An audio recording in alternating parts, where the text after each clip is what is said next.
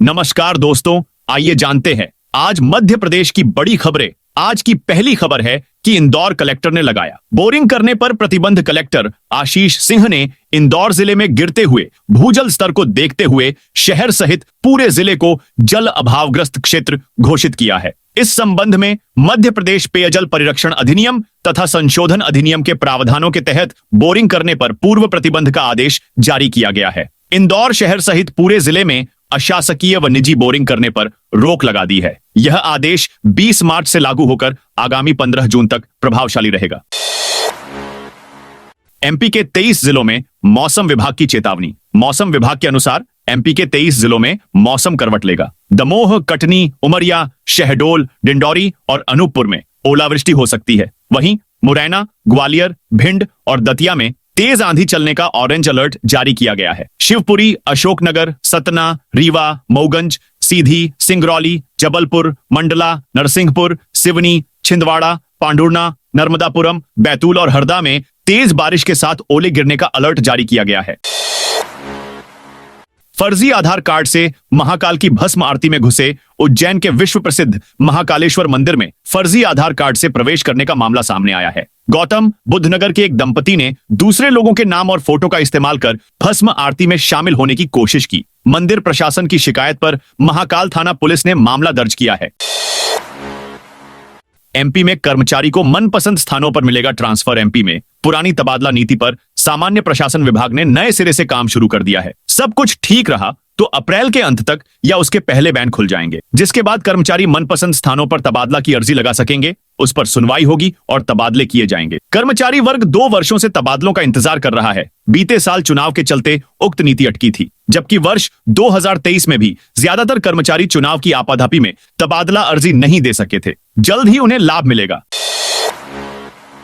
इंदौर में हर 15 से 30 मिनट में चलेगी एक मेट्रो। इंदौर मेट्रो का कॉमर्शियल रन जनवरी में होना था, लेकिन अब इसके मार्च के आखिरी हफ्ते या अप्रैल के पहले हफ्ते में होने की संभावना है। Commissioner of metro railway safety CMRS की टीम 24 और 25 मार्च को मेट्रो का फाइनल चेक करने इंदौर आ रही है। CMRS से हरी झंडी मिलते ही इंदौर मेट्रो का कॉमर्शियल रन शुरू हो जाएगा। इंदौर मेट्रो के संचालन के लिए रेलवे बोर्ड से मेट्रो कोच और ट्रैक से संबंधित अप्रूवल मिल गया है। रेलवे बोर्ड ने मेट्रो के कोच और ट्रैक को पूरी तरह से फिट बताया है। इंदौर में मेट्रो के एक सेट का संचालन 15 से 30 मिनट के अंतराल पर होगा।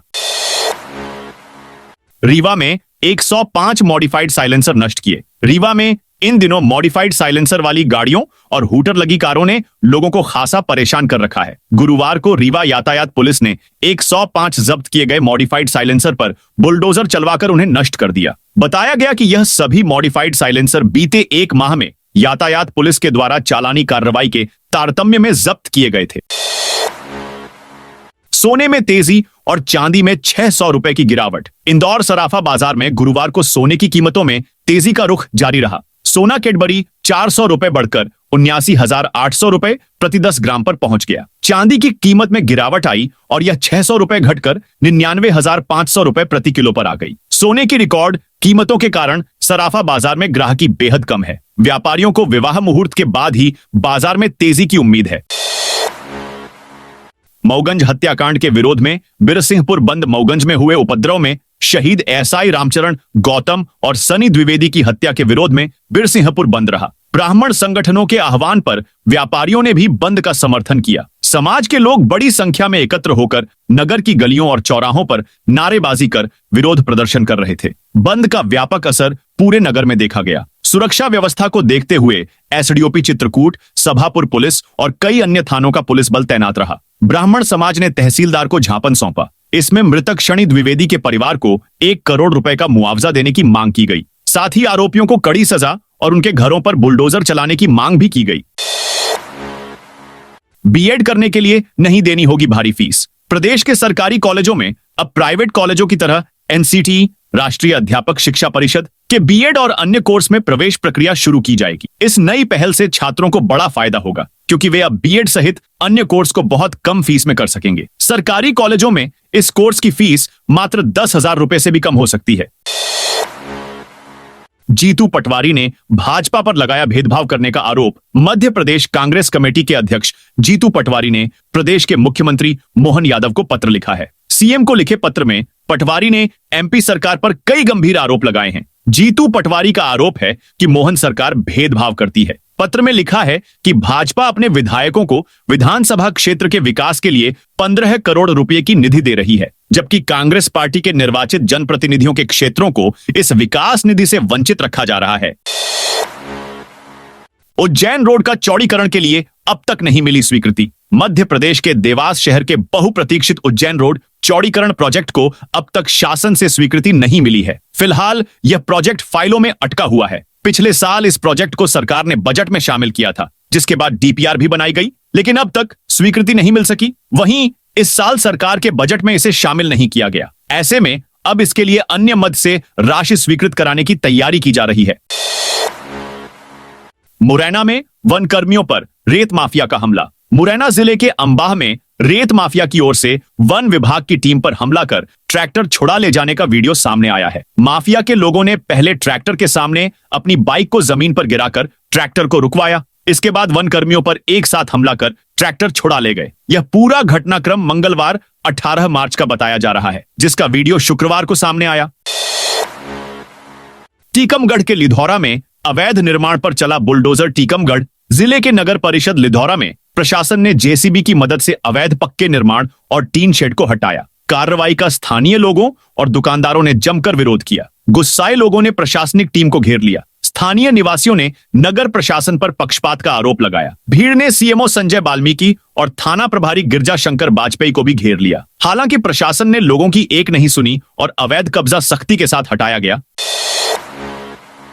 एमपी में 2 दिन गिरेंगे ओले। मध्य प्रदेश में 3 सिस्टम के एक्टिव होने से मौसम पूरी तरह से बदल गया है। गर्मी के दिनों में ओले, बारिश और आंधी वाला मौसम है। गुरुवार को भोपाल, सागर, सीहोर, रीवा समेत 20 से ज्यादा जिलों में मौसम बदला रहा। कहीं ओले गिरे तो कहीं तेज आंधी चली और हल्की बारिश हुई। ऐसा ही मौसम शुक्रवार को भी बना रहेगा। मौसम विभाग के अनुसार अगले 24 घंटे के दौरान दमोह, कटनी, उमरिया, शहडोल, डिंडौरी और अनूपपुर में ओले गिर सकते हैं। मुरैना, ग्वालियर, भिंड और दतिया में तेज आंधी चलने का ऑरेंज अलर्ट है। शिवपुरी, अशोकनगर, सतना, रीवा, मऊगंज, सीधी, सिंगरौली, जबलपुर, मंडला, नरसिंहपुर, सिवनी, छिंदवाड़ा, पांडुर्ना, नर्मदापुरम, बैतूल और हरदा में गरज चमक तेज आंधी चलने की संभावना है। 23 मार्च को शहडोल, अनूपपुर और बालाघाट में गरज चमक और हल्की बारिश होने का अनुमान है। 24 मार्च से फिर नया सिस्टम, सुरेंद्रन ने बताया। मौजूदा सिस्टम का असर 23 मार्च तक रहेगा। 24 मार्च से एक और वेस्टर्न डिस्टर्बेंस एक्टिव हो सकता है। इसका असर भी प्रदेश में देखने को मिलेगा। 200 पुलिसकर्मियों को कर्मवीर पदक मिले। रीवा में कोरोना काल में सेवाएं देने वाले 200 पुलिसकर्मियों को कर्मवीर पदक देकर सम्मानित किया गया। इस दौरान सभी पुलिसकर्मियों के चेहरे पर मुस्कान देखने को मिली। शुक्रवार को शासन की अनुशंसा पर रीवा एएसपी विवेक सिंह ने पुलिस लाइन में सभी पुलिसकर्मियों को सम्मानित किया। इन कर्मियों में काफी महिलाएं भी शामिल रहीं। नाराज संत कब्रिस्तान श्मशान को देंगे जमीन। उज्जैन के पास खाचरौद स्थित मां बगलामुखी मंदिर के पीठाधीश संत स्वामी कृष्णानंद महाराज ने अपना आश्रम छोड़ने का मन बना लिया है। कृष्णानंद महाराज ने मंदिर से लगी हुई अपने नाम की करीब 3 बीघा जमीन भी कब्रिस्तान को देने का फैसला किया है। संत कृष्णानंद ग्राम लिखोड़िया की गौशाला से 498 गोवंश के लापता होने से दुखी हैं। इस मामले की न्यायिक जांच कर दोषियों के खिलाफ मुकदमा दर्ज करने की मांग को लेकर वे कई दिनों से आवाज उठा रहे हैं, लेकिन अब तक दोषियों पर कार्यवाही नहीं होने के चलते उन्होंने जमीन दान करने और आश्रम छोड़ने का फैसला कर लिया है। धर्म परिवर्तन मामले में 2 गिरफ्तार। अलीराजपुर में शुक्रवार को धर्म परिवर्तन कराने के आरोप में पुलिस ने 2 आरोपियों को गिरफ्तार किया है। आरोप है कि 4 से 5 लोगों की मौजूदगी में एक प्रार्थना सभा किया जा रहा था, जहां पर ईसाई गतिविधियों का बढ़ावा देने के साथ लोगों को धर्मांतरण के लिए प्रलोभन भी दिया जा रहा था। मामला कोतवाली थाना क्षेत्र के अंबेडकर नगर का है। स्थानीय निवासियों की शिकायत पर 2 लोगों के खिलाफ केस दर्ज किया गया है।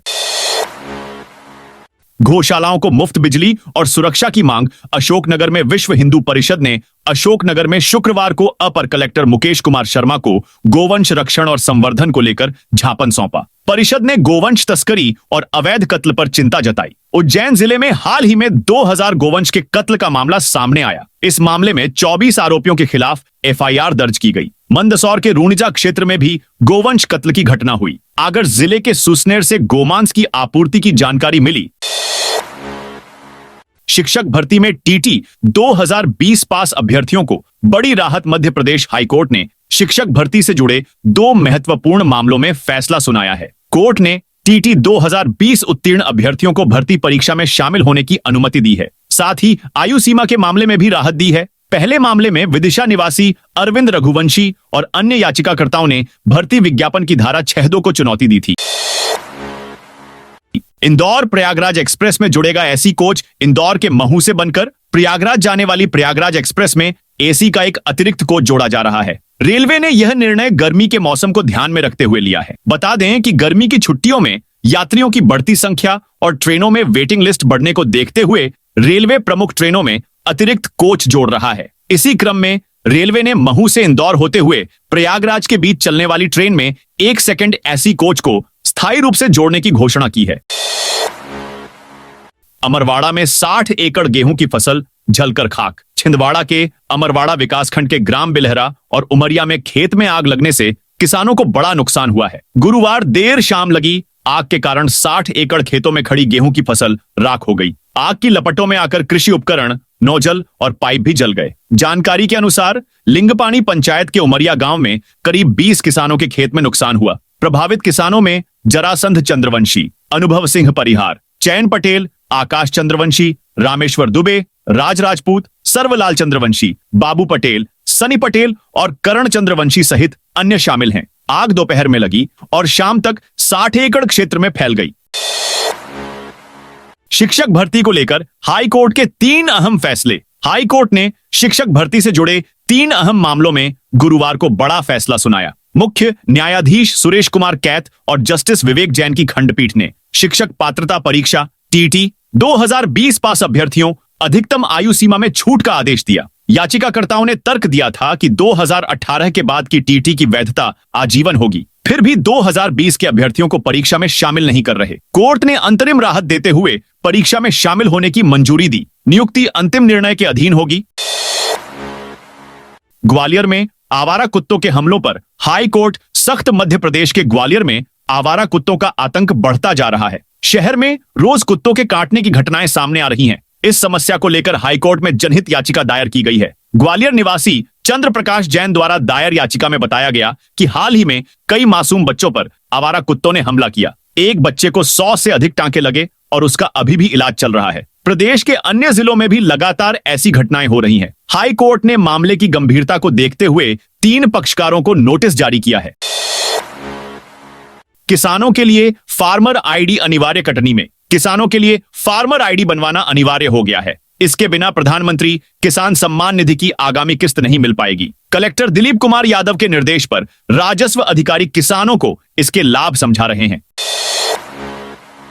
एमपी में बारिश ओलावृष्टि ने मचाई तबाही। बीते 2 दिन से मौसम में बदलाव आया है। गुरुवार सुबह और शाम को तेज गर्जना के साथ रुक रुक कर बारिश का क्रम चला। बारिश के साथ सिहोरा और मझोली के ग्रामीण क्षेत्रों में चने के बराबर ओले भी गिरे। साथ ही हवा चलने से खेतों में काटने के लिए तैयार खड़ी गेहूं की फसल जमीन पर लेट गई। ओलावृष्टि और बारिश ने किसानों की गेहूं और चने की फसल तबाह कर दी। सुबह जब किसान अपने खेत पहुंचे तो बर्बाद फसल देख सदमे में आ गए।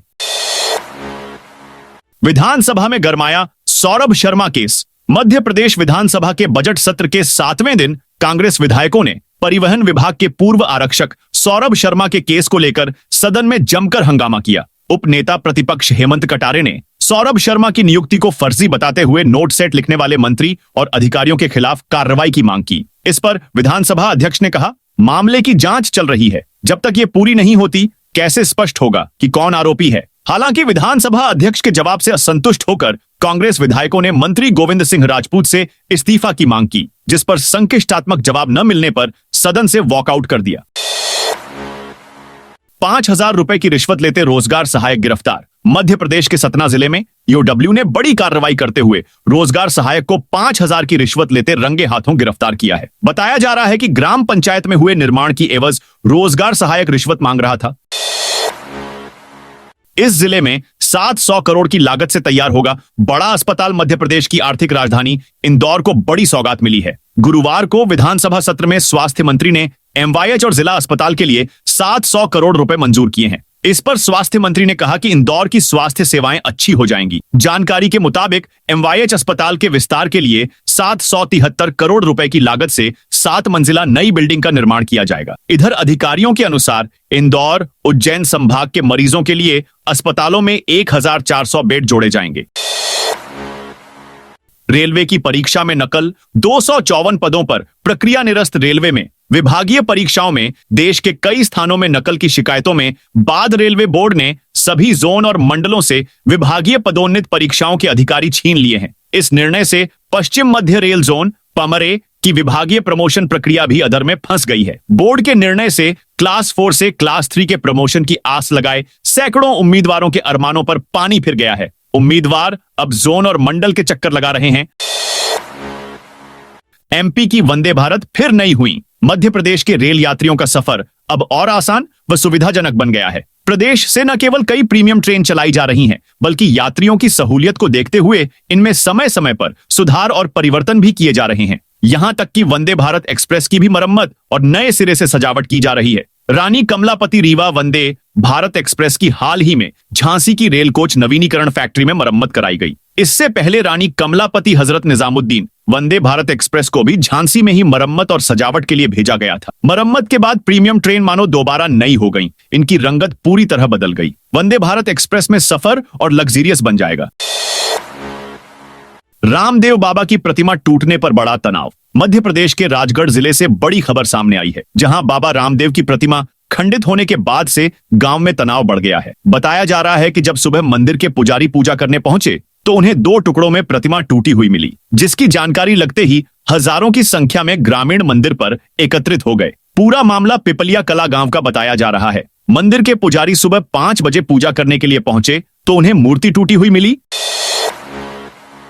एमपी में तहसीलदार पटवारी का कटेगा वेतन। एमपी में वित्त वर्ष के अंतिम माह में तहसीलदार से लेकर पटवारी तक भी राजस्व वसूली पर लगे हुए हैं। राजधानी भोपाल में 8 नजुल क्षेत्रों के करीब 18 तहसीलदार व नायब तहसीलदार और 60 पटवारी जमीनों के रखरखाव व प्रबंधन के राजस्व की वसूली में लगे हैं। जिले में पटवारियों तहसीलदारों को 32 लाख की वसूली करना है, लेकिन अब तक 18% भी नहीं हो पाई है।